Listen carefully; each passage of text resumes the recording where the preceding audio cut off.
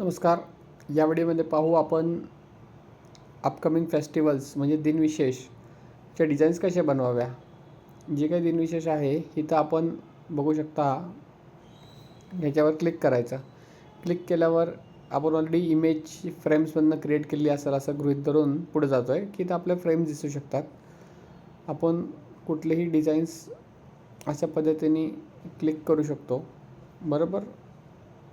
आणि आपण इथनं डाउनलोड केली की डिझाईन डाउनलोड होणार.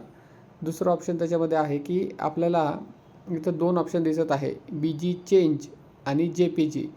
JPGचा अर्थ होतो की ज्याचं बॅकग्राऊंड चेंज होत नाही. जे आहे ना ते ॲज इट इज तुम्हाला घ्यावे लागेल त्याच्यामध्ये.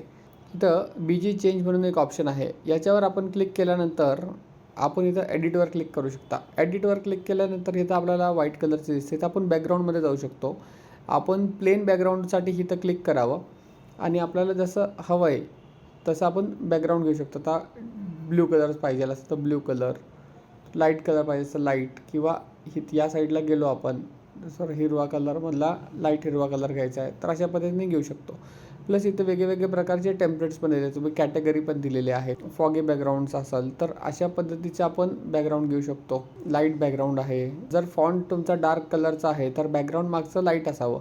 अशा पद्धतीने आपलं बॅकग्राऊंड बदलू शकता. सपोज हे बॅकग्राऊंड तुम्हाला डाउनलोडवर क्लिक करा आणि तुमची इमेज डाउनलोड. त्याचबरोबर इथं टेक्स्टवर क्लिक केलं की इथं वेगवेगळे प्रकारचे तुम्हाला कंटेंट पण दिसतात. आपण या कंटेंटला कॉपी करू शकता आणि आपण व्हॉट्सअपला घेऊ शकता. अशा प्रकारे आपण याच्यातनं कंटेंटसुद्धा कॉपी करू शकता.